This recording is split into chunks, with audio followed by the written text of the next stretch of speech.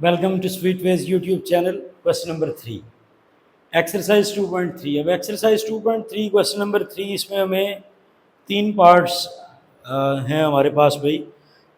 First part, find the value of log 3177। Second part है भाई log 31.77 और third part है भाई लॉग 0.03177। तो अगर आप इसमें नॉन ज़ीरो डिजिट्स देखें तो वो बिल्कुल सेम है। और गिवन दैट है हमारे पास भाई लॉग 3.177 इज इक्वल टू 0.5019। तो ये जो गिवन दैट है इससे हमें करेक्टरिस्टिक वैल्यू और मैंटीसा इसको अगर हम लिख लें in the form of that तो फिर हम इसको इजीली कैलकुलेट कर सकते हैं। यानी कि हम गिवन को यूज़ करते हुए पार्ट नंबर 1 और 2 कैलकुलेट कर लेंगे, इसी तरह पार्ट 3 भी। कैलकुलेटर की हमें ज़रूरत नहीं पेश आएगी। Okay, will try our best. Okay, part number 1 अगर आप देखें तो पार्ट नंबर 1 इसमें फर्स्ट ऑफ ऑल हमें चाहिए होगी करेक्टरिस्टिक वैल्यू। तो करेक्टरिस्टिक वैल्यू देखें, डेसिमल लास्ट पे होना फर्स्ट नॉन जीरो डिजिट के बाद चाहिए। तो यानी कि इसके लिए वैल्यू बनी 1 2 3।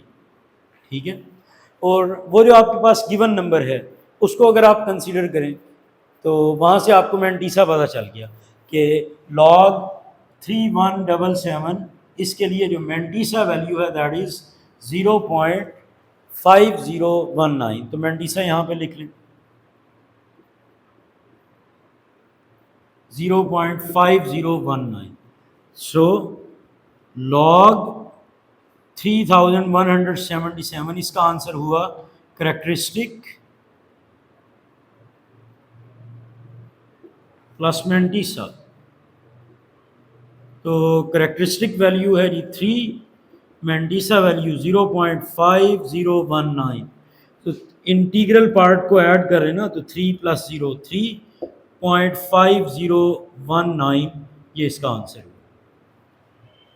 सही है, इसको नोट करें, फिर सेकंड पार्ट सॉल्व करते हैं।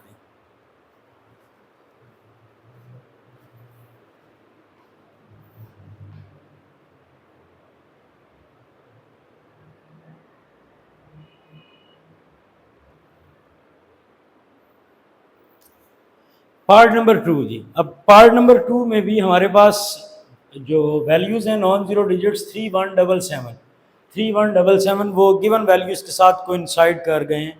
मतलब गिवन वैल्यूज़ और ये वाली वैल्यूज़ बिल्कुल सेम है, सिर्फ डेसिमल की मूवमेंट है तो इस वजह से हमारा करेक्टरिस्टिक चेंज होगा, बाकी मैंटीसा वैल्यू सेम रहेगी। ओके, तो इस वैल्यू के लिए करेक्टरिस्टिक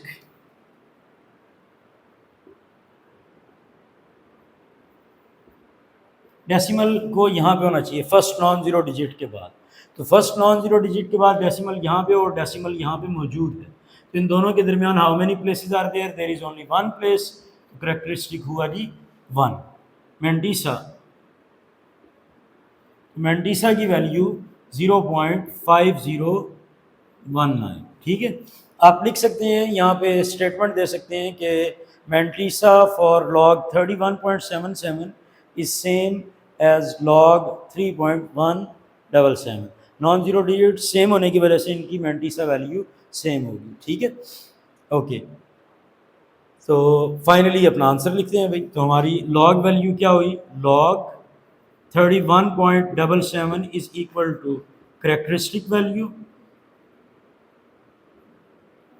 प्लस मैंटीसा वैल्यू। तो characteristic integral part 1, mantissa decimal part 0.5019, दोनों को प्लस करें तो 1.5019 इसका आंसर हुआ। सही है, इसको नोट करें, फिर इसका लास्ट थर्ड पार्ट सॉल्व करते हैं।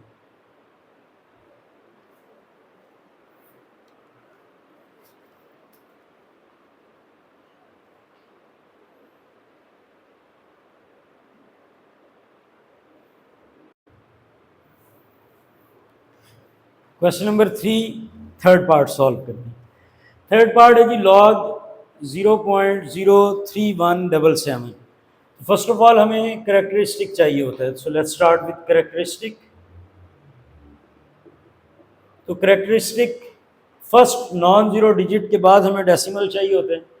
तो इस वक्त जो नंबर है हमारा 0.03177, एक नंबर ऑर्डिनरी नोटेशन में अगर आपके पास इन ऑर्डिनरी नोटेशन आपके पास एक नंबर अवेलेबल हो और वो नंबर हो जी लेस देन 1, ठीक है, तो उसका जो करेक्टरिस्टिक है